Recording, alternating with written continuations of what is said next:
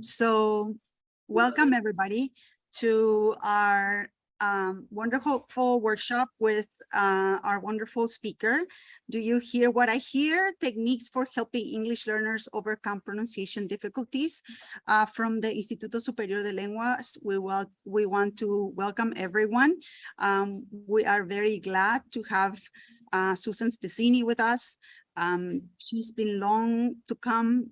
We've been waiting for 2 years.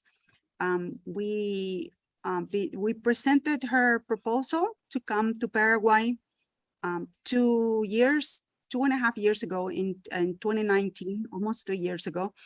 And because of the pandemic, she wasn't able to come. But finally, she's here with us and she's very excited to give us the workshop. So welcome everyone. And before I introduce her, I have our president from our Paratisol president, Ms. Rocio Mazzoleni, who also will be giving you welcome words. Thank you for having me, and thank you to Susan. We're very happy, as Valentina has mentioned, to have Susan with us and presenting. This is our first joint event, okay, with Paratisol and the ISL, okay? So I hope you enjoyed and you have an opportunity to share and to be with us in other webinars as well and workshops. Thank you. So I leave you in the hands of Susan. Thank you, Rocio. It's really a great pleasure for us to be hosting Susan for these 3 months. Susan Spezzini, she is a professor at the University of Alabama, Birmingham. She is a Fulbright scholar who's visiting the National University of Asunción. She was one of the founders of Paratisol way back in the day, 30 years ago, or a little bit over 30 years ago. And she is a professor from many of our graduates. She was a professor at the ISL for many years. She is a teacher trainer. She's been a teacher trainer for longer than she's been even in Paratisol. So she's been a teacher trainer for many, many years. And her specialty is phonology and pronunciation. So that's what she's going to be sharing with us. We are all very honored and happy to have her in this really interesting hybrid format. We have the Zoom people, and for the in-person crowd, we have currently 67 people on Zoom, and we have about 25 or 30 people here in person. So it is a great attendance. Like Rocio said, this is our first joint event, although we have provided support for the Paratisol conferences every year. So this is truly our first joint workshop webinar, and it's also our first hybrid event. So thank you, Susan, for being here. Welcome. It's truly a pleasure to be here. I came to Paraguay first in 1976 as a Peace Corps volunteer, and then I got married and I stayed, and I was here for a total of 26 years. And now it's been 20 years since I moved back to the United States, to a new state for me, which was Alabama. And I'm thrilled to see so many of my former students and so many professionals that I didn't have the opportunity to teach at the ISL. But now I have the opportunity to help share with you some of my most favorite topics or strategies. I also want to say a special thank you to Pasita Peña. Pasita, could you stand up? Pasita was the power behind Paraguay TESOL. She started it her efforts in about 1985, 1986, and finally, and gathered all of us together. And finally, in 1989, we said, we are a Paraguay TESOL. And I want to thank you, Pasita. And I didn't know she was coming. And when she came in, I go, I know who she is, even with the mask on. So that was pretty good. Okay, so the topic here is, do you hear what I hear? I've got to get this to go to.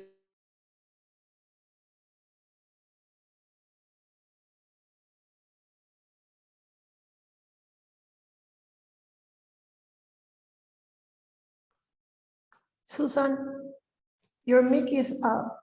It's turned off. Turn on the microphone. So everything I said just now, I'm going to repeat just a little bit, okay? I lived here from 1976 to 2002.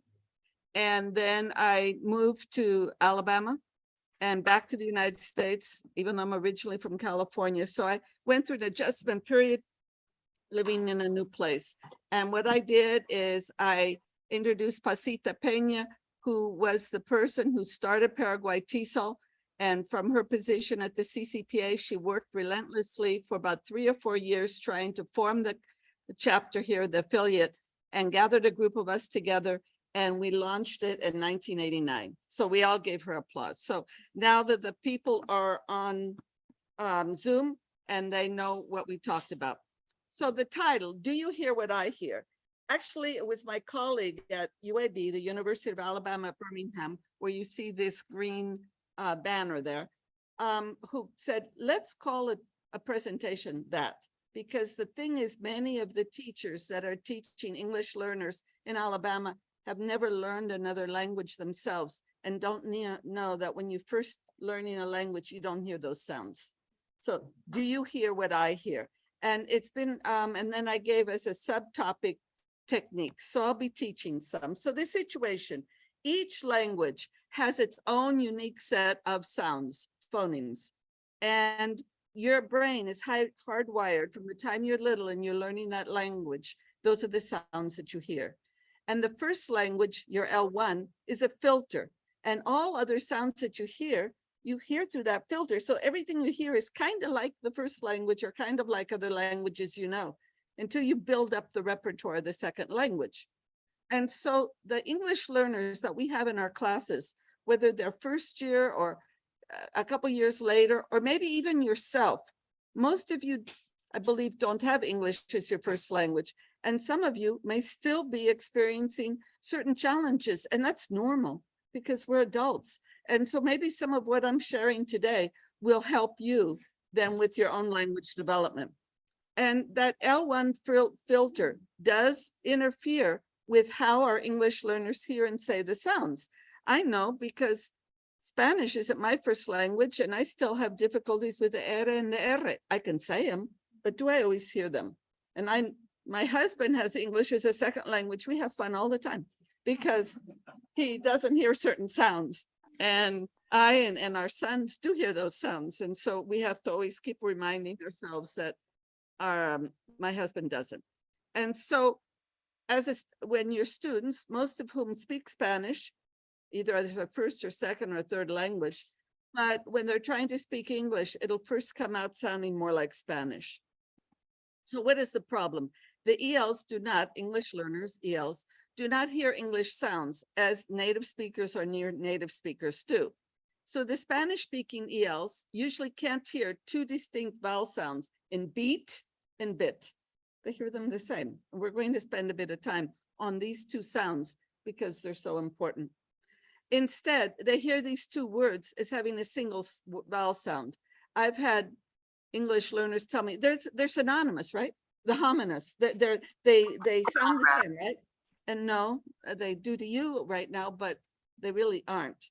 And so they hear those sounds as their Spanish vowel. And so what's the solution? Teachers, you and me, can help our ELs address this L1 interference for perceiving and producing sounds.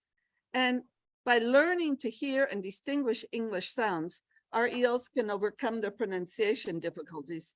And in this way, they can increase their confidence as users of English and improve their communication. So here's a scenario. Maria asked her third grade teacher for a sheet of paper. Yeah, Maria. And her teacher heard shit. Now, Maria didn't intend to say that 4-letter word. She intended to say a 5-letter word, but the teacher heard it.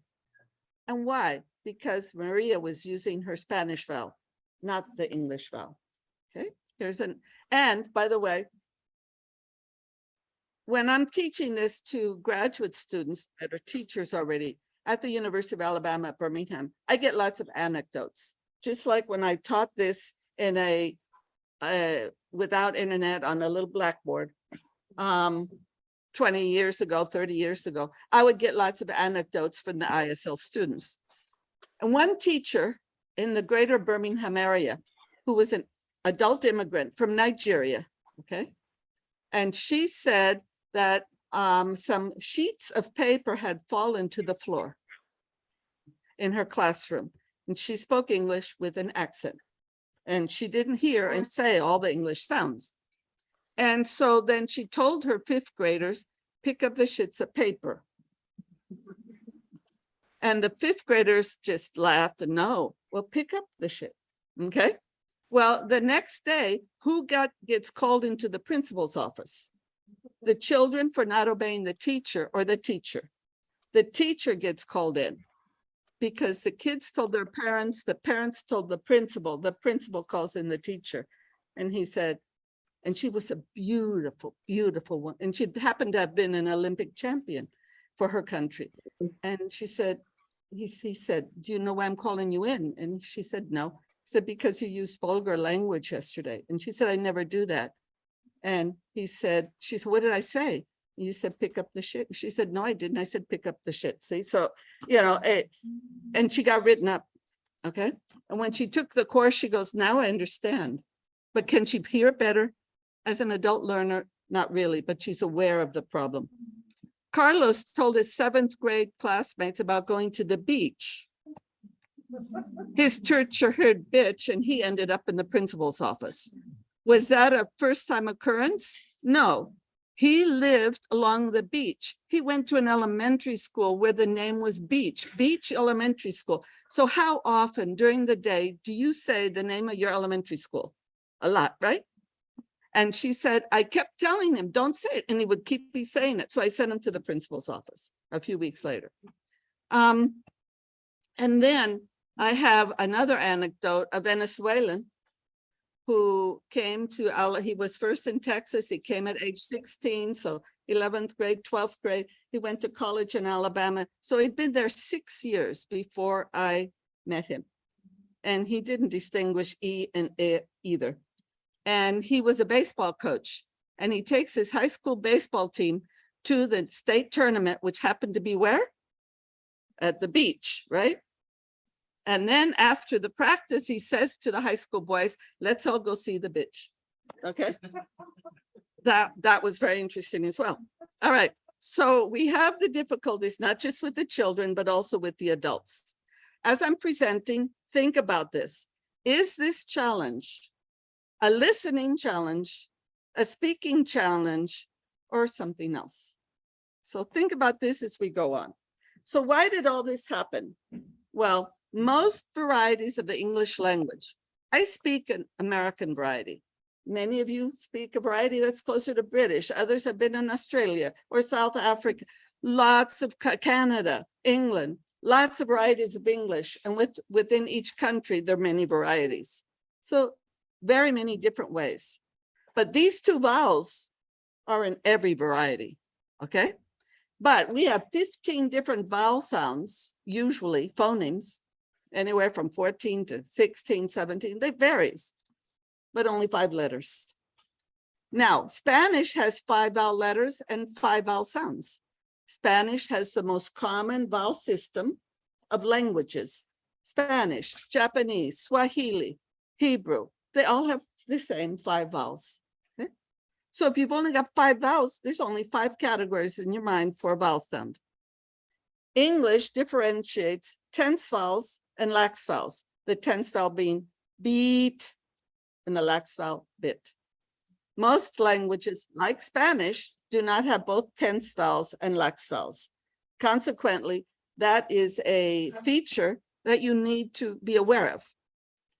And because of this, ELs cannot distinguish many vowels, English vowels. They often hear and say two English vowels as the same vowel, which led to the problem of Maria trying to say sheet and Carlos trying to say beach. Okay, so here are the 5 Spanish vowels. You have I, E, A, O, U. And we have the vocal cavity there and the track. And most of you have been, or you will be, in a phonology course, and you will be learning phonology, and you'll have to learn all those. And I'm sure Mr. Cristofol is helping you learn all of that.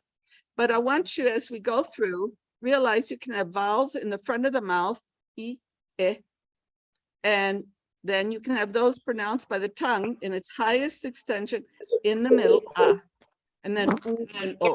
So I want all of you to put your arm up like this, and this is your tongue now. This is your tongue, okay? So your hand is your tongue.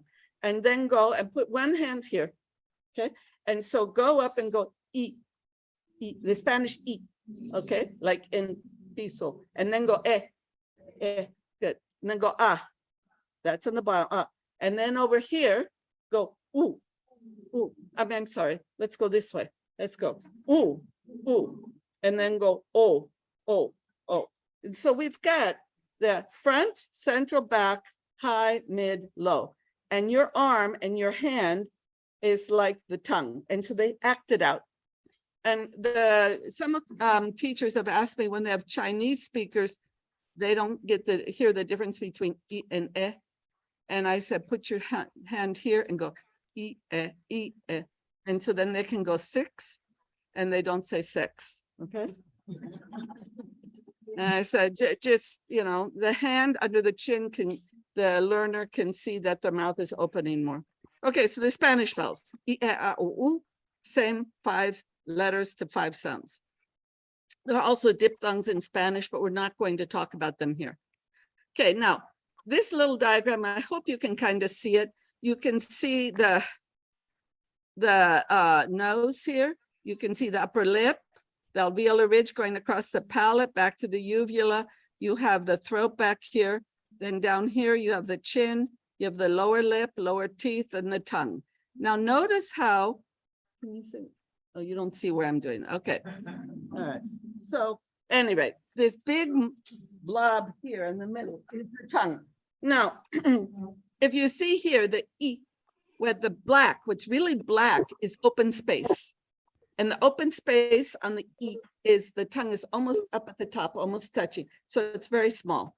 On the E, this is Spanish, tongue drops down a bit, the chin drops a bit, I have E. Over here, I have A. There's more space between the top of the tongue and the roof of the mouth. Over here, I have O. Notice the tongue went to the back, O. And now I come back to U, and there's just a little tiny space between the tongue and the back of the palate, which is the velum. Not that, sometimes you might be interested in this, sometimes not, it's not so clear, but you can watch the video later, the recording, and have the PowerPoints. Okay, now, here's the same 3x3 with the bottom, we have diphthongs. And you have the same front, central, back, high, mid, low. So a 3x3 diagram here. And so in English, we have 8 lax vowels, I. And so all of these are lax. Bit, so say them after me. Bit, bet, bat, pot, bought, but, book, and then abbot. So in abbot, the second vowel is unstressed, so it's a schwa. So I am not using the IPA symbols here, because maybe not all of you have learned it. Maybe some of you learned the British symbols to represent more British English, or you've learned of a straight IPA, and I use the type of modified IPA. And what I want tonight are the concepts and not the symbols. So I'm using these words to represent the different vowels. Okay, now, these are all short. Now, you're going to watch 4 vowels fly in, and those are the tense. There's 4 tense vowels.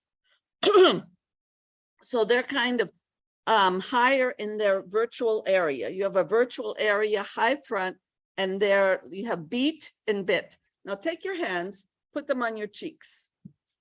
Now say beat, beat. Okay, now take out your cell phone and put it on the selfie. And so you have a mirror. Take out the cell phone, put on a selfie, and you have your mirror. Got it?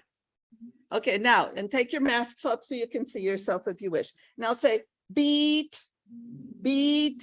Now watch your, you're right, beat. Do you see the smile? Do you see me smile? Beat. Now say bit. Bit. Do you see how sad your face is? Especially if you said bitch, okay? Okay. So you have the happy, which is the beach, right? Be and the sad. Now, you're not going to practice beach and bitch with the students. You're going to practice beat and bit. Okay, beat and bit. You'd never practice a sound or word that you would not be good for them to say. Okay. So we're going to look at more what and then put your hands back on your cheeks and now go beat, bit, beat, bit. Do you see how your cheeks get relaxed? So that is the clue. And I can, if I have a student that I know is having that difficulty, and they just said something like shit, and they were supposed to say sheet, right? Give me the sheet of paper, and they were supposed to say sheet. Then you go, oh, Juan, remember the smile? Oh, yes, teacher, teacher. Yeah, teacher. Sheet. Okay, and so it's just this symbol right here that they know it has to be a smile. And that's all. It doesn't solve it, but it's a pathway to solving it. Okay, things don't happen that quickly. All right. Now, then you have 3 diphthongs at the bottom. The diphthongs being the tongue starts low and goes high. That's a diphthong. The others, the tongue stays in its box. Okay. So we have what we're going to focus on is 8 lax vowels and 4 tense vowels, but we're really going to focus on the bit and the beat. Now, remember, this was your tongue, right? So if you can get a red sock, and then the kids can bring socks and the kids can practice with their tongues. That's it helps them kind of visualize, enact what the tongue is doing. And you can have a slinky, the beat is longer, the bit is shorter, but the important thing is not just the length, but the tenseness of the cheeks. The tongue is also tenser, but we can't stick our finger in to see if it's tenser. So by the cheeks being tense, then we know that the tongue and inside the mouth is also tenser. But this is where we can not just feel it, we can see it. Why is it important to feel and to see with sounds? Because the ear doesn't work yet. So if the ear isn't working to hear the difference between beat and bit, and we can say beat, bit. That's one thing. We can go beat, bit. So we can touch and we can see, right? We can see the smile. So we've got 5 senses, right? 5 senses. And pronunciation isn't just the hearing sense. You can use sight and you can see touch. You could even use taste and lollipop. Okay, lollipops work well because they can taste on the inside where their tongue is going. All right, so now, we're going to compare vowel systems. We have 5 vowel systems in Spanish in blue, and we have 15, but here we're just going to look at 12 in English that are red. And what would be relatively easy sounds in Spanish for a Spanish speaker to speak English? So let's see what positions, tongue positions, because this is where the tongue is, the height of the tongue and the front back. So which position has 1 Spanish vowel and 1 English vowel? Right there, boat and pozo. And you go, well, boat is much longer. It's much, yeah, but if I say boat instead of boat, if I use a Spanish vowel for boat, I'm still going to get understood and I'm not going to say anything wrong. Okay, so there's going to be an accent there, but not a misunderstanding. In here, paso and pot, paso and pot. It's very close. If you say paso in an English way, like paso, well, you're going to understand me. If I say pot in a Spanish way, pot, I'm going to kind of get understood. But there's just 1 vowel in each of those. So those we're not going to call those as problematic. But what is more difficult? Let's predict if there's 2 English vowels and 1 Spanish vowel in the same box, that's difficult. So here I have beat and bit. And the Spanish speaker, Japanese, Nigeria, Igbo is the Nigeria. I mean, the majority of the languages have one vowel there. The Spanish E, C, or piso. And so if I hear a beat or a bit as a Spanish speaker, I hear my Spanish vowel. I don't hear the difference. So we're going to have to help them hear that difference. The other one is bait and bet. Okay, and they hear it just as the empiezo, but bait is the tense and bet is the lax. So they'll say, oh, for heaven's sakes instead of for heaven's sakes, right? And somehow we always come back to that same topic. That's, isn't really one you're going to talk about with children and adolescents, but at any rate, not in a language class. Then boot and put. And that's the same as puso. And that's why when you say, hey, look, you go, Luke is the boy's name, Luke, look. And you go, look, Luke. And that was two different vowels, guys. Look, Luke. And for many of you, you heard just the same vowel for both of those because they're both in the same box. Okay. So what's very difficult now, let's see that there's several vowels that could be several English vowels that you might hear as one. Oh, no, boxes where there aren't any Spanish vowels. So we have bat. There are no Spanish vowels close to that, bat, in that box. Abbot, on the schwa, there's no Spanish vowel in that box. But sometimes but is put in the center. I just say it's mid-center. It's kind of in the back, but it's headed towards the center. But I prefer to differentiate because but can be stressed. And abbot can never be because it's unstressed. So I prefer to put it there. And bought. Now, bought is a vowel. Oh, I don't have that vowel. It's not in my language variety. We in California don't use that. Guess what? I moved to Alabama. Alabama uses, I don't, but they do. Okay. And so when I say the word dawn, for me, it can be the boy dawn or the girl dawn. But my good friend has a daughter named Dawn, and I don't say it right. Now, she knows what I mean when I say, how's Dawn, your daughter? But she said, how Dawn, my daughter, right? And so I don't have that vowel. And I remember when I was teaching this once, one of my graduate students who was an elementary teacher said, Dr. Spezzini, do I get extra credit for having an extra vowel? I said, no, it's okay. You don't, but you do have an extra vowel more than I do. Yes. Bought, like pot, bought. Okay, so the bought on there, I put it there because remember these slides are developed for my speakers of English in Alabama. I point out, they say, for instance, caught, C-O-T, and caught. So they have caught and caught, and I say caught, both. So I don't differentiate. And many of you might not either. And some of you may, and guess what? It's fine. Mm-hmm. All right, what's challenging? Well, there's a vowel where we have lots of English vowels. You see all those arrows are English vowels, and we don't have Spanish vowels in the same area, the same box. So do any of these with red arrows correspond with any Spanish vowels? No. And do these English vowels have a tongue position that is relatively close to that of a Spanish vowel? Yes. So let's look at bat. Bat, it's not too far away from paso. Abbot, the but is not too far away from paso. Neither is the but and the bought. So they're all kind of, when you hear a sound you don't know, you're thinking in your repertoire, which one is it? Well, I'll try that one. So everybody's trying with the ah to meet those other vowels. Let's say you have mail coming into your school, right? In my school, if mail comes in and goes, it says ESL, and the secretary putting the mail out, the mail kind of stopped during the pandemic, but getting the mail again, and she goes through all the mailboxes and she doesn't find ESL. She finds Spicini, she gives it to me. She also gives me things that say Spanish or French, whatever. I get lots, okay?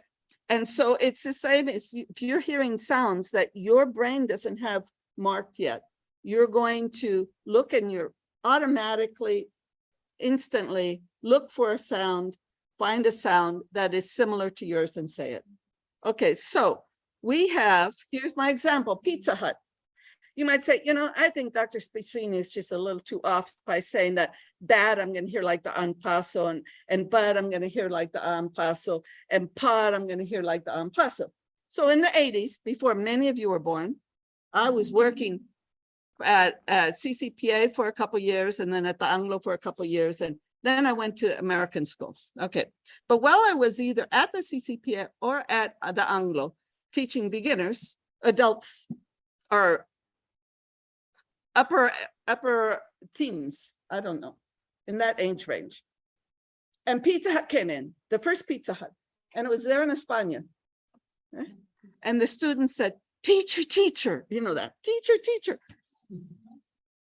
What's Pizza Hut? You know, what it means, doesn't it mean hat? No, it's not hat. But it looks like a hat. No, it's not a hat. Somebody said, oh, I know, it's hot. No, it's not hot. It's hut. I don't know what hut is. Well, hut's a little house. No, and another, no, really, teacher, it meant hat. And the other, no, really, teacher, it means hat. And so that's when I began to see that all of the sounds in this area, the center and the low, were heard by the Spanish speaker as the on, hot, and pot. Okay, so what does this anecdote illustrate? And I'm sure all of you have many anecdotes, not just of your students, but of your own when you were learning English. And think about the anecdotes. The anecdotes are not just out of the blue. They're all founded, they're all grounded in how the English learner is hearing the sounds. There's a reason behind them. Collect your anecdotes and you begin to see what are the English sounds, how are they being heard by the Spanish speaker? It's not a coincidence. Okay? And it's going to happen from the Straits of Magellan to Canada, the entire Americas where they're Spanish speakers, the same difficulties with the vowels. We can go over to Europe as well. Okay, so what's the grand challenge? Well, the 4 English vowels in bat, abbot, but, and bought have a tongue position relatively close to the Spanish vowel, right around it, right? And then the vowel, English vowel in pot and the Spanish vowel in paso have approximately the same position, low central. And what does this mean for the Spanish speakers learning English? It means that that whole area there, which we have 5 vowels in English, their hearing is the same. And their pronouncing is the same. And they're trying others, but it takes a while. So why do the Spanish speakers perceive English sounds like this? Is it because their ears aren't working? Is it because their mouth isn't working? It's the brain.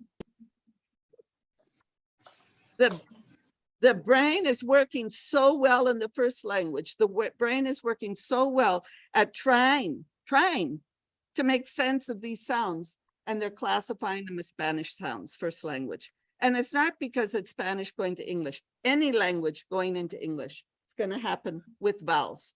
We have a tough vowel system, guys. It's tough, and you know that. Okay, so we're going to focus now. The problem at the beginning was Maria with sheet and Carlos with beach, right? We're going to look at that. So Spanish in the high front region of the mouth, where the tongue is up high in the front, okay, has one vowel, E as in pico, right? Pico. And I chose pico because that's one word the Americans, pico de gallo. Let's go to the Mexican store and get pico de gallo. Okay, so I use it there because they don't know how to pronounce it.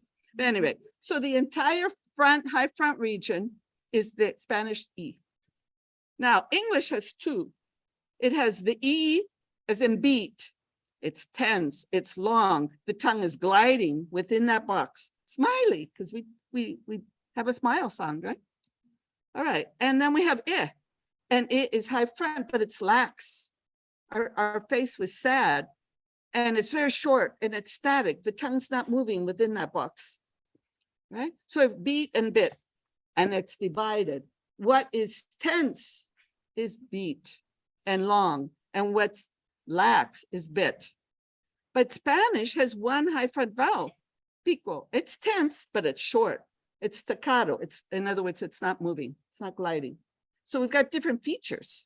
So what happens? How can we help them? Well, do you remember?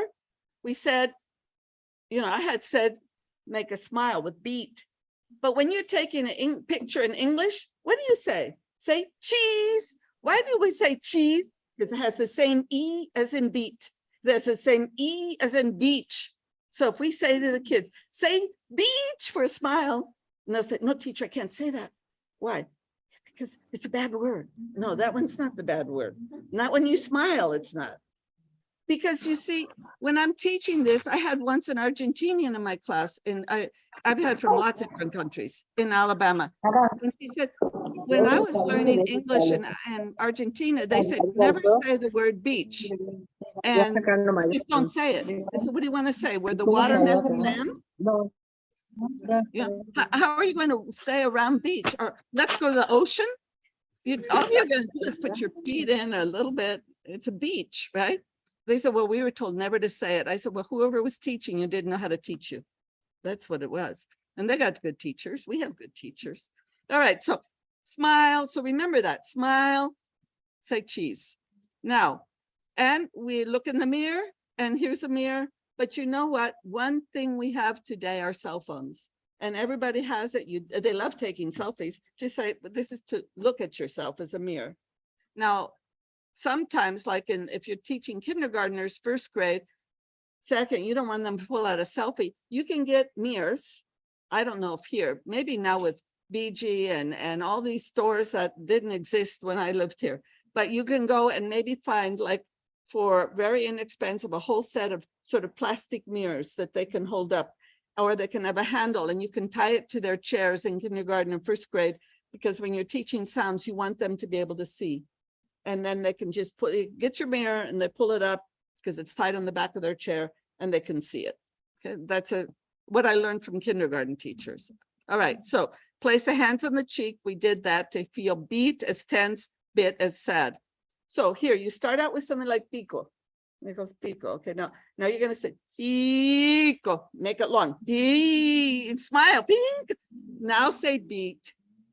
Okay, and then say pico, but then pico. Now make it sad. Pico, bit. Okay, now you made it. So you start with something they know, or like si. That's even easier. Si. In Spanish. Go si. Okay, and then go si. Okay. And that's going to help. So here's an example in Auburn. Auburn is a very important university in Alabama. It's a rival to where I got my PhD in Tuscaloosa.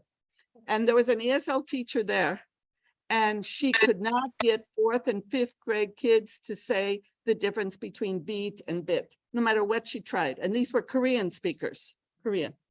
Doesn't make any difference what language. They've all got this problem. Okay, so she got a lab coat as if she were a doctor, and she got a stethoscope, and she had pockets in the lab coat. And in one pocket, she had a magnifying glass, like to be an investigator, a detective, right? Okay, and then she had the stethoscope, and she had the children come up to her, and they were to say, "Doctor, I'm sick." It, right? The I sound for bit. And they come up there, doctor, I think. Oh, you want to seek something, S-E-E-K. Here's a magnifying glass. You can seek. No, doctor, I think. Fine. Here, you go seek. Okay. And they did that a few times. But if you're sick, then I'll use my stethoscope if you're sick. Doctor, I mean, teacher. You see, you act it out. You give them a reason for the difference. And then they said, teacher, that's the bad word too, right? Referring to beach and bitch, right? But that was acting it out. So did I ever think of doing sick and seek and using a lab coat and a stethoscope? No, but she did, because her husband was in the medical field and she had access to it, right? So you just have to use your creativity and see what can you do to help your ELs and yourself. So let's look at the Spanish brain. The Spanish brain has 5 vowel phonemes, and we're going to do 5 circles, like the Olympic circles, right? 5 circles. And there's pico. And the English we're going to put squares and rectangles, straight lines for English. Not what because we're straight. No, just because we're, I need to distinguish between round and not round. Right? All right. So, and the blue is Spanish and the red is for English and has nothing to do with politics. Okay. So neither here nor in the United States. I just needed some different colors. Okay. So beat and bit share the same box, high front, and beat is on the upper side because of the gliding, beat, and bit is more on the inside because it's lax. Good. So here I have the two. Now, what happened? Okay, so we've got tense and lax. So then if you say it, that's also the beach and the bitch, right? Now look at the bottom. Everybody's got cell phones. Everybody knows that all of a sudden your cell phone service, because you're on either Claro or your Tigo or you're something else, and which one drops more in what part of the country? That's all I've heard for the last month. Okay, you go to this part of the country, you need Tigo, and you go to that part, you need Claro, and you go to there and you need Personal. All right, so cell phones drop service. Your service from your brain does drops when you hear English sounds. It's not there. And areas without reception, you're going pretty good. Maybe you can get the fine, but areas without reception are the E and the I because it's not there. And we have a common saying in English, you can't put a round peg into a square hole. So the round peg of pico, the E, doesn't fit into the square of the English vowels because they're totally different. Okay. Now, watch this, listen to me. There's going to be some speaking while it's written at the bottom, but don't read it. First of all, it's too tiny for a lot of you to read back there. But second of all, cognitively, I found out not too long ago that if you're just listening, you can pay attention. If you're just reading, you can pay attention. But if you're trying to listen and read at the same time, you don't learn as much. Okay, so concentrate on what I'm talking about. Then later, when you see this, you can read it, you can stop it, you can print it, whatever. So the Spanish speaker's mind has the 5 circles. And the English speaker, me, the teacher, I say to my student, say beach. Yeah, and you guys said beach. Thank you. Good student. Okay. So beach is in the upper right? High front. So I said beach. You were trying to say beach. Now it left my mouth and it's going to enter the Spanish speaker's ear. There's the ear. It's represented as a funnel. Do you see that? Funnel. Okay. And to the left of the funnel is gray mass. That's the brain. So the ear is between sound coming in and the brain. Okay. So number 2 says the English sounds for beach will enter the Spanish speaker's ear. These English sounds will go through the L1 filter, Spanish filter, and are perceived in the mind of the Spanish speaker as Spanish sounds. Okay, so there's the filter. So I'm saying the English sound, it hits the Spanish speaker's ear. When it hits the Spanish speaker's ear, there's an L1 filter that says, what's that sound that I hear? Which of my Spanish sounds is that? Okay, that's what it's saying. So when the sound E for beach goes in, watch it, you see it? There it goes. And it lands in the high front. That's good. But notice it landed a little bit low in the high front, right? Okay, now, Spanish speaker isn't hearing beach for all of its qualities. Remember, it's long, it's tense, it's glided, it's smiley. They didn't hear all those qualities. They only heard the qualities that would pertain to the Spanish vowel. So then, the Spanish speaker hears the beach as having the Spanish vowel in pico. So is the E in pico the E in beach? No, but that's what the Spanish speaker heard. Okay, so now this is the communication of the sounds going from my English mouth to the Spanish speaker's ear. Now, here, I say to the Spanish speaker, repeat after me. Now you say it. And I say beach. Remember the sound just in a split second went through the air into his ear, through the L1 filter, got perceived by him as a Spanish vowel. Now I say, repeat after me, beach. Okay, so he's going to say pico, right? The E, right? So he takes his vowel of E and pico, And he's going to say beach as pico. So a beach, right? And it goes across now. So the beach is coming out of the Spanish speaker's mouth as a Spanish vowel. It goes across the air into the ear of the English speaker, of his teacher, or of the kid trying to make fun of him or whatever.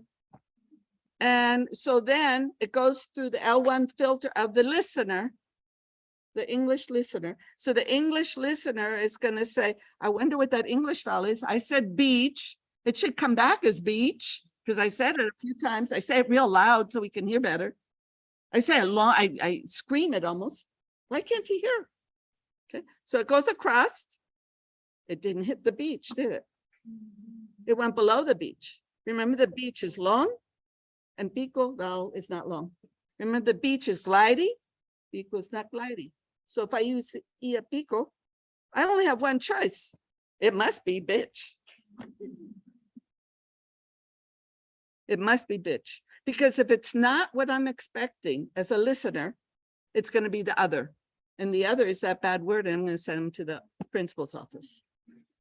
Okay, so anyway, you can read that again and go through it again, but I'm going to keep moving because it's being recorded and you can hear it as often as you want. And by the way, my use of beach and bitch, I only use in these classes. I don't use them at home. All right, so this is something I learned a few years ago at a TESOL convention. I don't know if anybody uses it here, but I strongly recommend it. These two ladies at the bottom, Karen Taylor and S. Thompson, maybe Sharon, I'm not sure, but they found that if they could associate each vowel with a color and also with an object, and you can get these big posters that big and you have it in your room and you go, oh, see, you could say the I of silver. Remember silver? That's bit. Or no, you have to get the E of green or T. That's beat. And so they have all colors here. Those are all the colors. Those are all the vowels that we saw in the chart. And they also have little cards that you can give to the students. They have quite a few. And it's not I'm here trying to sell their product, but I'm trying to give some ideas. And this has worked very well. I've seen this in elementary classrooms, secondary, ESL classrooms, right? And I've seen it at English language institutes for adult learners. So, and not every institute uses it. Not every school. You as a teacher have to want to use it, but I think it can be very useful. Okay, now, some more tricks. Remember, I said strategies. Strategies are actually tricks. Now, do you hear the V sound, V, or the B sound, B? And these two phonemes in English are very important. And if you're a Portuguese speaker, you also know it's Curitiba, not Curitiba, okay? As the Spanish speakers say it. And but Spanish and Portuguese used to be the same language many centuries ago. And the writing of Spanish still has a B larga and a B corta, which if you're in Mexico, it's a B grande and a B chica. You know, a different country, and then someplace else, it's a V. And so you have different ways to say it in different countries because the V and the B are not distinguished in pronunciation in Spanish. So you come into English and you say, oh, as a learner, it doesn't make any difference how it's spelled.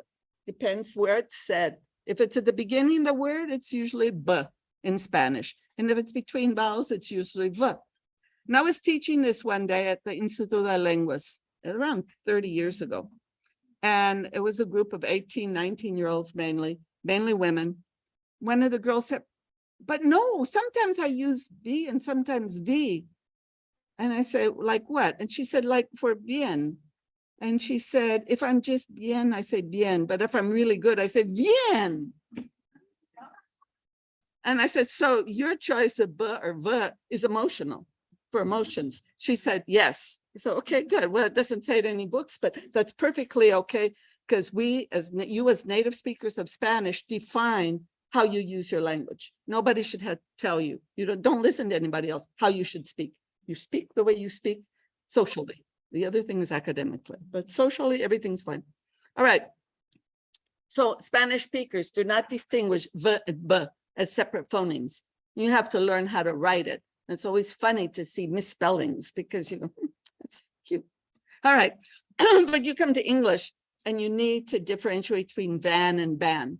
And it's not just Spanish speakers. The students that come to us from the Philippines, they come to us from Arabic speaking countries. They can't hear the difference either. So that's why what you do, if you have students coming to that are immigrants that don't speak Spanish and you're teaching them Spanish or you're teaching them English, go to Wikipedia.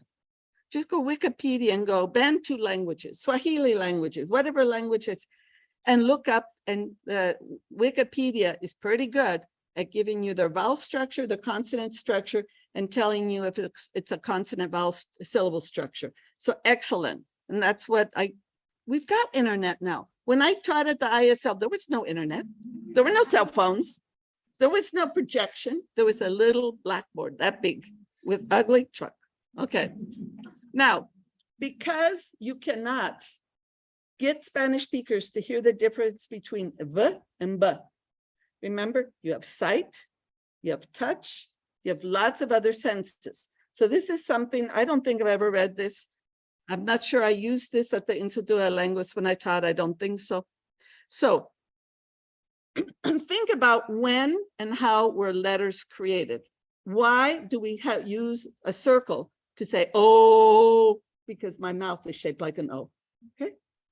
So way back, centuries and centuries ago, when the philosophers in Greece and before that were trying to decide how to write, and they would think about their mouth and how was the mouth shaped, and they tried to write letters that represented how the mouth was shaped.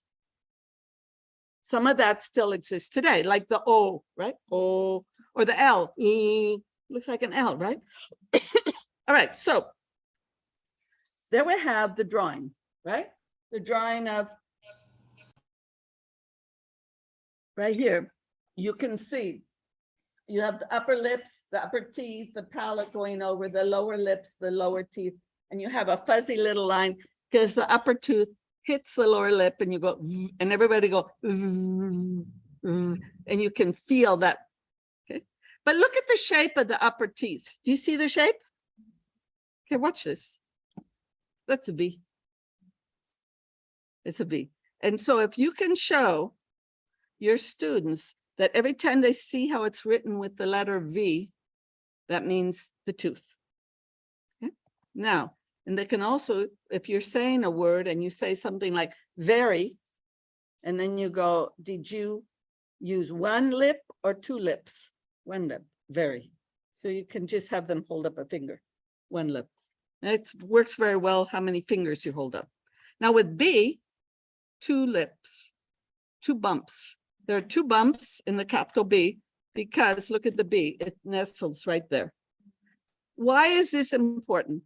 Remember I said that for the R and the R in Spanish, R and R, I don't hear it really well, right? And so if we're introduced to a new person, a person that has a last name I haven't heard before, and I ask my husband, con una R o dos R? And then he tells me how it's spelled. Then I memorize how it's spelled, and then I can say it just fine. But if I'm supposed to go from my hearing alone to determining how I'm supposed to say it, R or R, I can't do it consistently. Sometimes, good guess, okay? But if you get your students at the beginning to understand that the letter V represents the tooth, the letter B represents two lips, whether it's a capital B or a little b, it's two lips. And then they can memorize how to spell it, and then they know how to say it. Okay? They can also look at the mirror. And if you have a listening thing and you can go, bag, and they put up, and they hold their fingers here so other people can't see them in the classroom. You can see two fingers or one finger, right?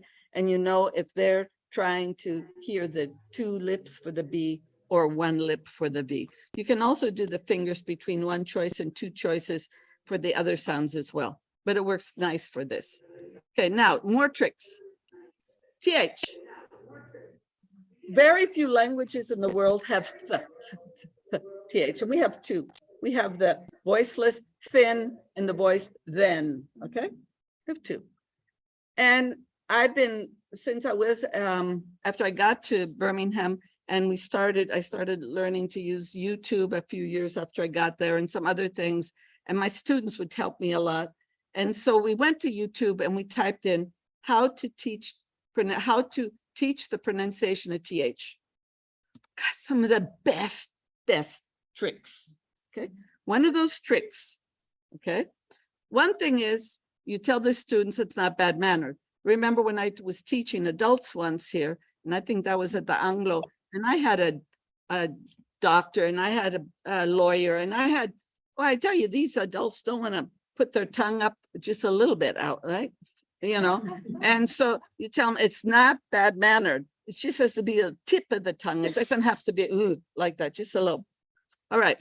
And then you look at your mouth, look at the other people's mouths, right? Look at your mirror, make sure the tongue is out just a little bit. But here's the trick. You know Cheerios? You know the little round Cheerios? This is what I learned on YouTube. Take one little Cheerio, put it on the tip of your tongue, on the blade, not the tip, the blade. And you hold it against your upper teeth. And then you go thin, and it's beautiful. Why? Because the ELs alpha want to go, and no air comes up because they press the tongue against the upper teeth. And they don't know exactly how much space to allow between the tongue and the upper teeth. And they close the passage instead of going thin and getting the air to go across. So you put the little Cheerio, everybody go home and buy Cheerios. Put the little Cheerio there, hold it against your teeth, and it works. Very nice. Or but of course, nowadays you don't want to say, oh, here, let me pass around Cheerios, and everybody gets their hands on it, and parents are going to be mad because you know, COVID and all that. So now between S and Z, and Z, so you only know that the S is voiceless and the Z is voiced. Okay.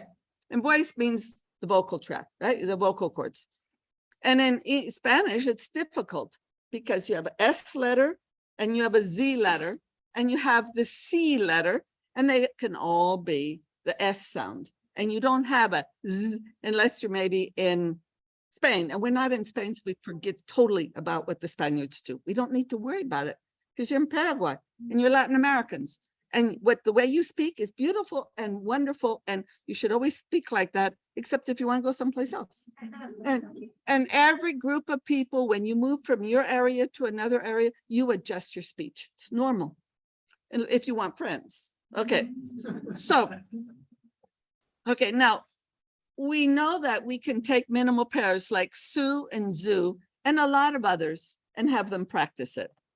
And I knew when I was here and I taught in the ESL that you put your 3 fingers and you put them on the vocal cords and you go, and then you go, and you can feel it. But what happens?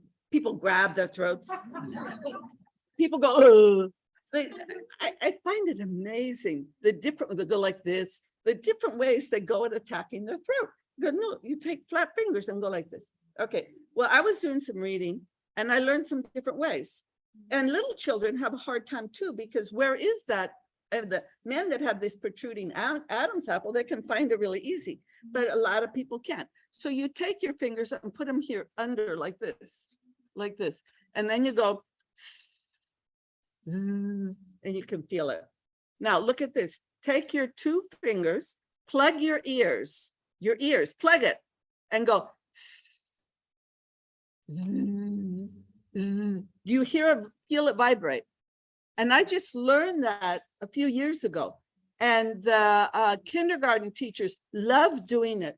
I mean, they're kindergarten students, because even the ones that teaching, the English speakers that they're teaching kindergarten, they're teaching sounds in 1st grade. And to plug the ears and hear that. Okay, now take your hands and cup it like this. Put it on top of your head, press down and go, and now go, and your head became a musical chamber. Okay. And, you know, it's just that I didn't know all those tricks for the 20 years that I taught here, right? And then as I started developing PowerPoints and reading, and I'd get more ideas from other people. So I thought, I'm going to have to teach you some of the best tricks. So Those are, put the fingers firmly next to the throat, plug both ears with index fingers, put the palms of the hand on here and press. 4 different ways. Why is it good to have different ways to reach the same goal? Because you have different learners. And some learners don't like that strong buzz, or some learners don't want to touch their pretty hair. You know, you don't know. Give them different options. All right, now, the last one, and this will take about 10 minutes here, and then we'll have like 10 minutes for questions. So this is using kinesthetics, and I said we have to do motions, right? We have to do touching, we have to do watching, because the ears don't work. Okay, in Spanish, you have 2 levels of 2 types of stress. It's either stressed or it's not stressed, like papa y papa, right? And whether it has an accent mark on it or not, papa doesn't have an accent mark, but the stress is on the first syllable, papa, and then papa. Okay, este. We know that. Those are minimal pairs in Spanish with a difference of stress. Now, English has 3 levels of stress. A good example is photograph. Faux is strong, right? And we can call it major stress. Look at the red there. Strong stress, primary stress, or strongly stressed. So depending on the author, depending on the book you're reading, depending on your professor, might call it different things. It's all the same. Those are synonyms for the same thing. The middle, ta, photograph, ta, is no stress. And in English, no stress becomes a schwa. And we can call it lack of stress or unstressed. So again, different terms for the same concept. And graph is minor stress. So it's medial stress or secondary stress or lightly stressed. So photograph. All right, so now we're gonna look here and I'm gonna explain it and then everybody's gonna do it. Okay, so the major stress is like here, a jumping jack, okay? And why is this important? Because the strongly stressed syllable is higher in pitch, wider, it takes up a lot of space, longer. So a jumping jack. And unstressed, no stressed, we're gonna squat like this, okay? And I have this to hold me, but you guys can also, you don't have to necessarily squat away against it, it's just to bend down, okay? Then you don't have to worry about your knees, because then I can't get back up again. All right, so bend down. And I went on the internet and I found this little figure of this little, I don't know what type of guy that is, but, or anyway, he's squatting. So I used that as a squat. And that's weak and short, so it goes down. And then medial stress, it's just standing. Okay, standing. So everybody stand up. Put your stuff there. You're gonna be up for about 5 minutes. So, yeah. All right. So first we're gonna practice the strong stress. Everybody jump like that. Okay. And then we're gonna practice the schwa. So bend down. Okay. And then we're going to do the knee like this. Okay. Right. Now we're gonna say photograph. Ready? Photograph. Yeah. Let's do it again. Photograph. Okay. So you notice how big the faux is. Okay. Now what's the problem? Another problem in English. So stress shifts, right? So photograph, the strong stress was major. And tuck, it was short and squat or weak and short. And the minor stress was standing. So we'll do this again now. Ready? Photograph. Okay, good. Now I go photography and the strong stress moved, right? And we added another syllable. And so now we're going to go unstressed, highly stressed, unstressed, minor. So you're going to go squat, jump, squat, stand. Ready? Everybody? Photography. Wonderful. That was really good. Okay, now. Okay, now. Photographic. Okay. Okay. So now here, you're going to start with a stand, go to a squat. You're going to jump and go to a squat. And it's going to be photographic. Ready? Okay. Photographic. Okay, one more time, everybody. Photograph. Ready? Sit down. Give yourself applause. Okay, now. All right. The kids love it. They love it. I had a oh, not only kids, all right, big kids too, little kids, big kids.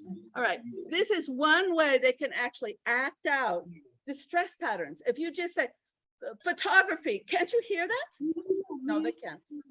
They don't hear photography. No, they don't hear it because it goes against the stress pattern of their first language. And in their first language of Spanish, like 2 stresses, and these are 3. Okay, the other thing is if you happen to have a Korean speaker, guess what? I've read, I don't speak Korean, I've read they have no stress distinction. They have pitch, but no stress. I don't know how that works, but I've read it. Okay. Now the other thing is you could have 3 children coming up and they could demonstrate. I gotta stay here because they gotta see me. Okay, they can demonstrate. And one child can be the first syllable. One can be the second, one can be the third, and they can hold their syllable. Photograph, right? And then the 4th one could come on to be the suffix. And then they could do that, and then everybody can do it. You can do it with the sentence too. You know, where are you going? And then they would act out, or you know, act them out without the different children or adults in the front, and actually holding the syllable, then you can, or that you can actually see it then. So that's then seen as well as moving. Anyway, this is, oh, I know. And so a friend of mine that actually teaches down by the beach, and she's an ESL teacher from elementary, middle, and high. Although the example of the beach, it wasn't hers, but because her school was called Gulf Shores, not beach like so many of the others. Okay, and she said to me, I've got a group of 5th graders, and every Friday, because this is ESL, not EFL, and they're, you know, have math and language arts and science and social studies. And every Friday, their homeroom teacher gives them a vocabulary quiz. And they're not doing well in the vocabulary quiz. And they're long words, 4 and 5 syllable words, 5th grade, getting ready for middle school. And I said, well, have them act out the stress patterns. Then maybe the words make more sense. Not that one thing is to act out the meaning, you can do that, but then act out what the stress pattern is, okay? So I explained this to her and she had the children, she didn't use my 3 little figures. She had the children pick the figure that they felt represented the stress. So they took ownership, okay? So every day, Monday, they did a little bit of it, Tuesday, you know, a couple minutes a day. When it got to Friday, the girl that was making a C made an A. Those that were making Fs got a C. And the 5th grade teacher said, what did you do? Because it was pull out ESL, they would go to her once a day. And so that's not proof, right? It's one little anecdote, but it's good fun and it helps them learn it. Okay, so now remember, language learners hear L2 sounds through their L1 filter. Native speakers of the target language hear learners through their own L1 filter. If it is not the expected sound, they hear the other. So if it wasn't the E of beach, that native English speaker hears the I of bitch, even though it wasn't that either. And, you know, the Spanish speaker, instead of Mr., they go, Mister, Mister. Well, it's not Mister either. You know, it's in between. And a lot of my, the teachers in Alabama will say, oh, they don't have the I sound. They only have the E sound. Well, then why do you hear bitch if they don't hear the, you know, I mean, it goes both ways. All right. Well, I know I wanted to say something back on this side here. All right. Do you see where it says here, stand still in a minor role? What I forgot to put on here was the major stress is being like the major actor in the film. They're all over the place, right? Doing everything. And the unstressed is like being the background, right? The extras that just kind of do something in the background to fill in space, but they're not acting, right? And the minor stress is that minor actor who stands next to the major actor Right, they also get awards, right? But anyway, so this is major actor, minor actor, and the extras. If you like theater. Okay, so coming back here.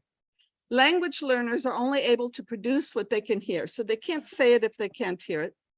And in order to be able to hear challenging L2 sounds, language learners often need to know what is different. You have to tell them. You can't just say, repeat after me. Come on, repeat after. Here's how you do it.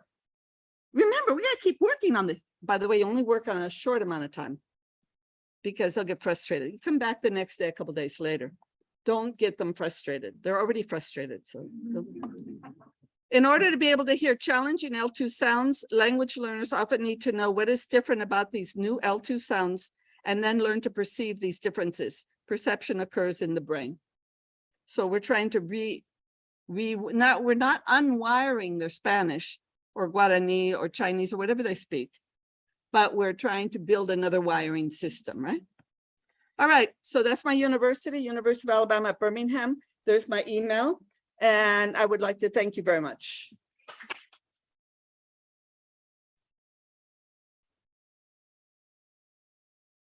And there, Rocio and Valentina will come to the screen, and then if there's time afterwards, I can answer questions, okay? Because we have 15 minutes. Okay.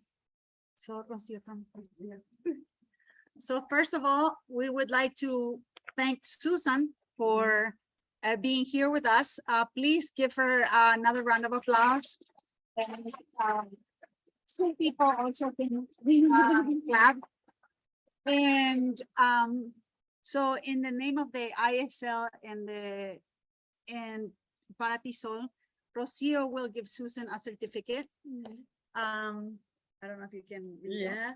So this is a certificate of appreciation, okay?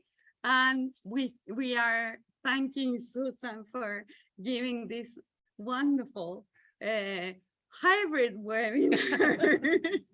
And this is also in the name of ISL and Paratisol. Thank you. Okay. Thank you, Rocio. Thank you, Valentina, and thank you to all of you. It's a pleasure. And I would also like to give another certificate of appreciation to Susan Spezzini.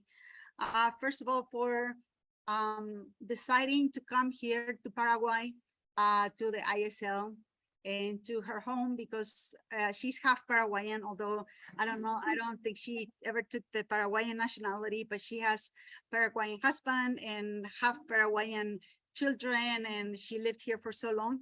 And not only that, she brought us a great present for our university library. She brought over 100 books for the library. So we would like to thank Susan for that. The books are over here. Those of you on Zoom cannot see the books, but those of you here can see all of the books are displayed over there. We're going to take a picture with that later, but I would like to give Susan the certificate.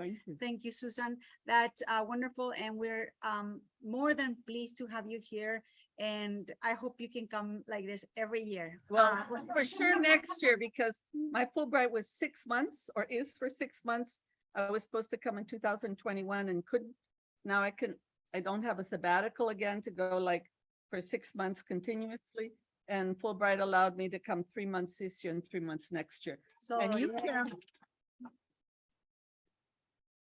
Well, Valentina and her group counted the books. I didn't count the books. We weighed the books. 150 pounds of Yes. books. So she 50 brought per person. 3 suitcases full of books. So Yeah. that's wonderful for our library. You know that those of you who are at the ISL, you can come, you can borrow the books. Those of you who are not from the university, you can still come and read books here.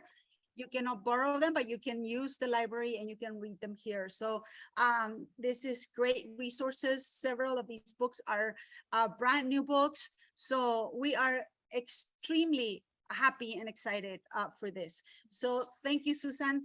And we will find a way to bring you over more often, not just twice. All right, very good. So now Susan will answer some questions. Okay. Do you have some questions?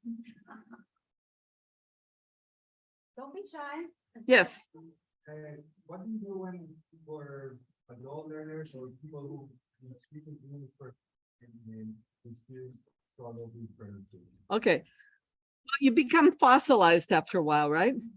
And it's hard.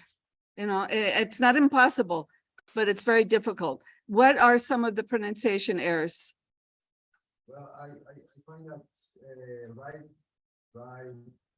stress in the words is difficult and maybe all the Okay. other- Well, with it, if you can get the stress patterns in and then the intonation, then very often the schwa comes with that. Because if they're going to have to make an unstressed syllable shorter and weaker, it's necessarily going to have to go to a schwa for the rhythm.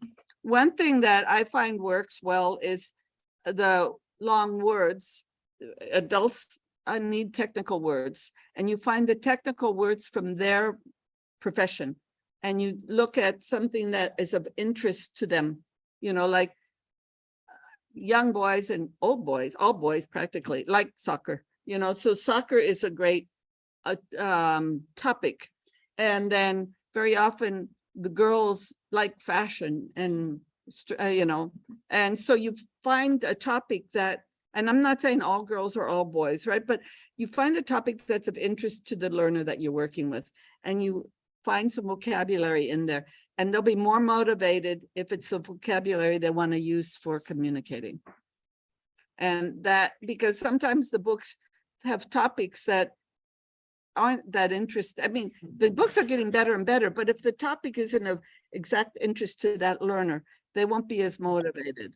And I know that we've had in the United States, you have people coming from English speaking countries like India and Kenya, and those graduate students, doctoral students often say, I am a native speaker of English, or I don't need help with English pronunciation.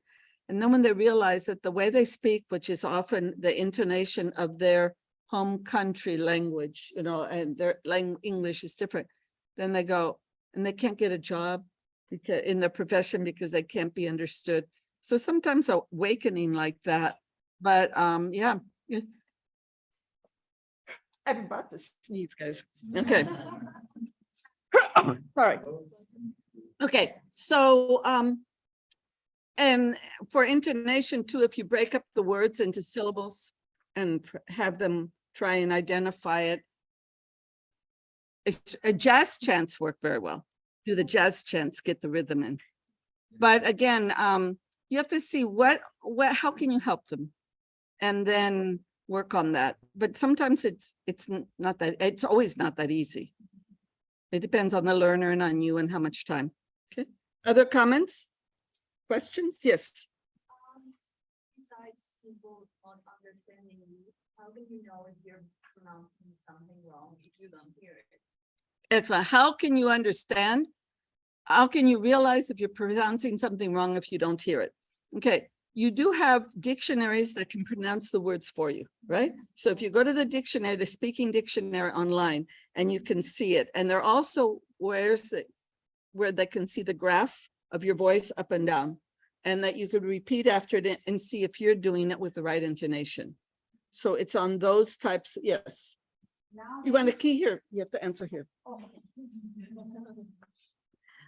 Nowadays, there's also the speech recognition software, you know, the one that you dictated to the Google Doc or to those things that you dictate to. And if you don't pronounce the sounds right in English for the artificial intelligence to get it, then they won't transcribe the word the way it is. So that way you can, and there are some apps that are actually specially made for pronunciation practice that have a speech recognition that will tell you whether you're pronouncing the word right or not. Like Duolingo, for example, has it for some of the exercises. They will give you a word for you to say to the app, and it will tell you whether you said it right or not. So technology nowadays has advanced very much, and that is to our advantage. So those are just some other ideas. So if Siri does not understand what you're saying, you might have an idea of what is going on. Siri or Alexa or one of those. Pasita. Yes, the final consonant in like in them and when I used to spread that to my people. Okay, And that's very important for them to know how to do it. okay, Because in Spanish, we do not have final consonants. right, exactly. In Spanish, the consonants at the end of a syllable, not just the end of a word, end of a syllable, it might be written, but it rarely gets pronounced, like fútbol. Anyway, football, you don't say that, fútbol, you know? And you can say, and people say, but you're supposed to, and no, well, I mean, if you say it, or if you don't, do you get understood? Yes, you get understood. Y todos los años siempre somos lo mismo. And you understand that perfectly, and there wasn't any final S's, right? Because in Spanish, you don't need the final S in any fashion whatsoever. If you do pronounce, hace.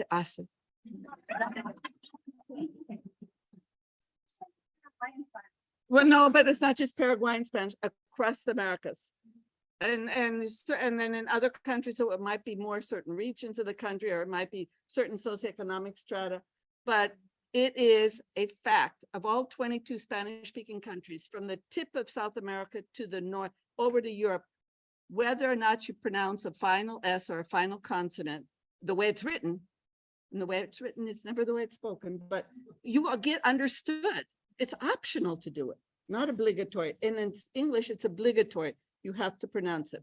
Now, the final M and the final N and the eng, like some, sun, sun, M, N, or eng, for Spanish speakers sounds the same.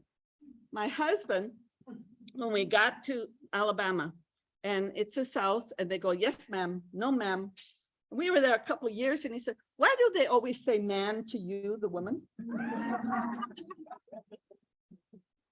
And I'm saying, they said, ma'am. He said, I know, they said, man to you. And so then I go, well, and that wasn't so much in California, because they don't say yes, ma'am, and no, ma'am very often, right? But in Alabama, they do. And the final nasal in Spanish is articulated depending where the following consonant is articulated. So you say, bebe, bebe. You don't go, bebe, right? And you don't say angel, you go angel. It's Wheeler, angel. And you don't say enfermo, you go enfermo, enfermo, okay? So you have in your mind for the final nasal that you're automatically, without thinking, totally, automatic, you will pronounce the final M or N in the place where the next consonant will be pronounced, getting ready for it. And so then you come to English and they go, I'm tall, instead of I'm tall, I'm tall. You go, I'm good, I'm good. Yes, I'm good. I'm good. I'm good. All right. So what do you do? This, remember the B? The B had two bumps, right? The B had two bumps for two lips. The M is the mouth sleeping. It has two bumps. So the two bumps of an M in I'm mean that both lips have to get together. Okay? And the N happens to be the alveolar ridge upside down behind the teeth. And again, well, and if you have sing, that's the velar in the back, sing, and the NG, the G is sort of like the uvula hanging down. I mean, if you can find different ways that the actual letter is symbolizing to the speaker how they're going to have to pronounce it. So, yeah. Susan, I have a question here from the Okay. chat box. Yes. They mentioned, did she mention about the vowel comparison table? We can find it for every language in Wikipedia. For example, Korean. Yes.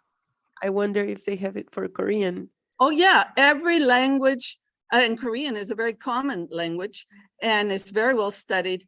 And the Korean language is interesting because in the new Korean script, in the letters for Korean that were developed a few decades ago, they created each letter in Korean to symbolize part of the mouth.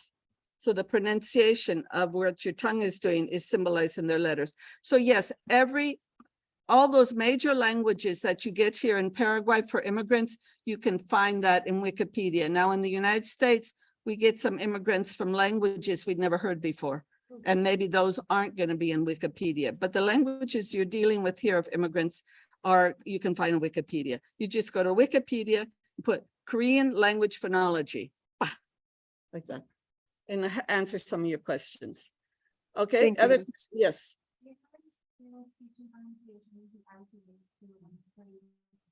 Using IPA. I personally do not.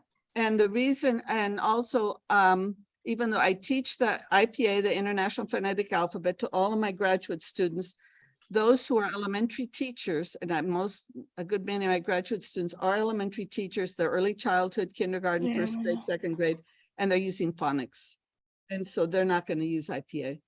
And so, but I do know that in Europe, when I was in Germany for a year, that from little on, they were using IPA to know how to pronounce the words from very tiny. So, no, but I don't. But if you want to try it, you know, you have to try things and see if they work. You can't just, oh, it's not going to work for me. Just try it and use your creativity. All right, it is now 7:30. Do you want to keep going? I can keep going. Do you have a few more slides to go? Okay. So wanna- one more question, Maura, is Here's one more question from Carol. would you Yes? recommend IPA for adult learners? Oh, yeah, IPA for adult learners would probably be useful. And adult learners very much want to see these charts and tables. And even though they have more difficulty, of course, pronouncing after you, they do have more reasoning power and they want reasons and they want to know why. Okay. Valentina. Thank you.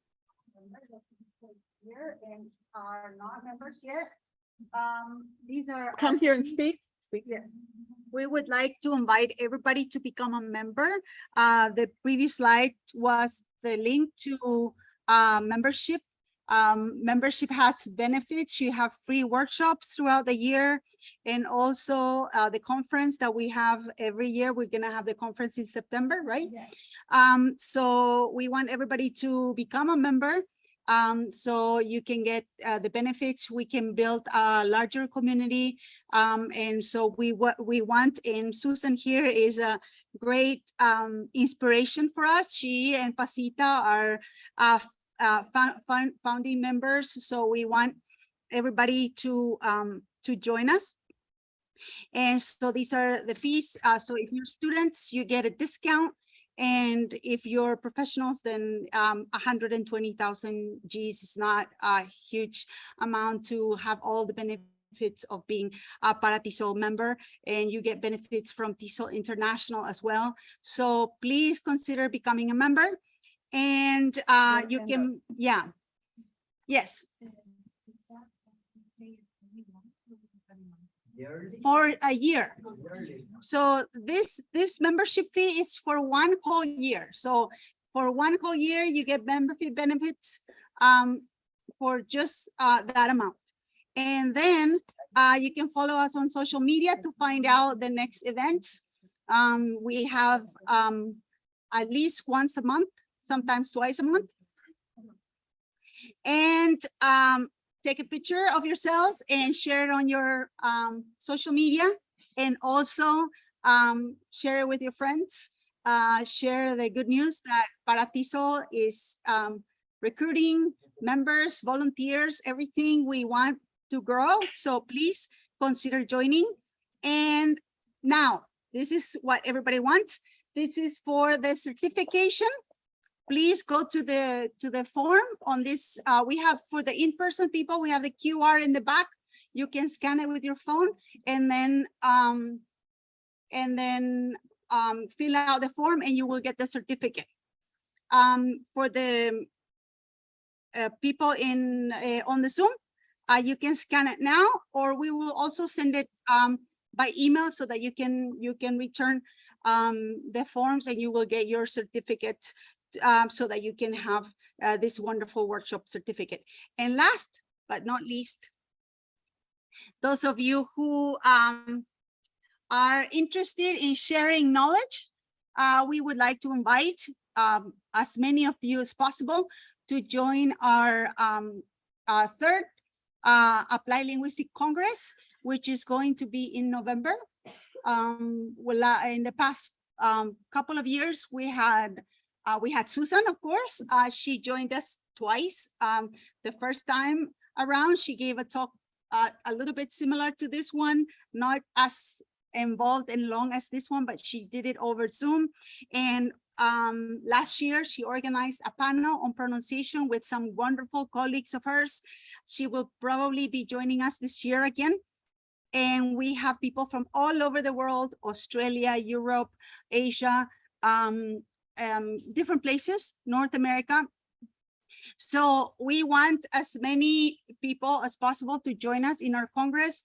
This is a research-oriented Congress. So those of you who do any kind of research, we are in language. We are interested in your sharing your knowledge. So please tell your colleagues, tell your friends. I will be sending this to all of you as well, so that you can start thinking about a proposal to share your knowledge. So I think that's that. We need to take pictures now.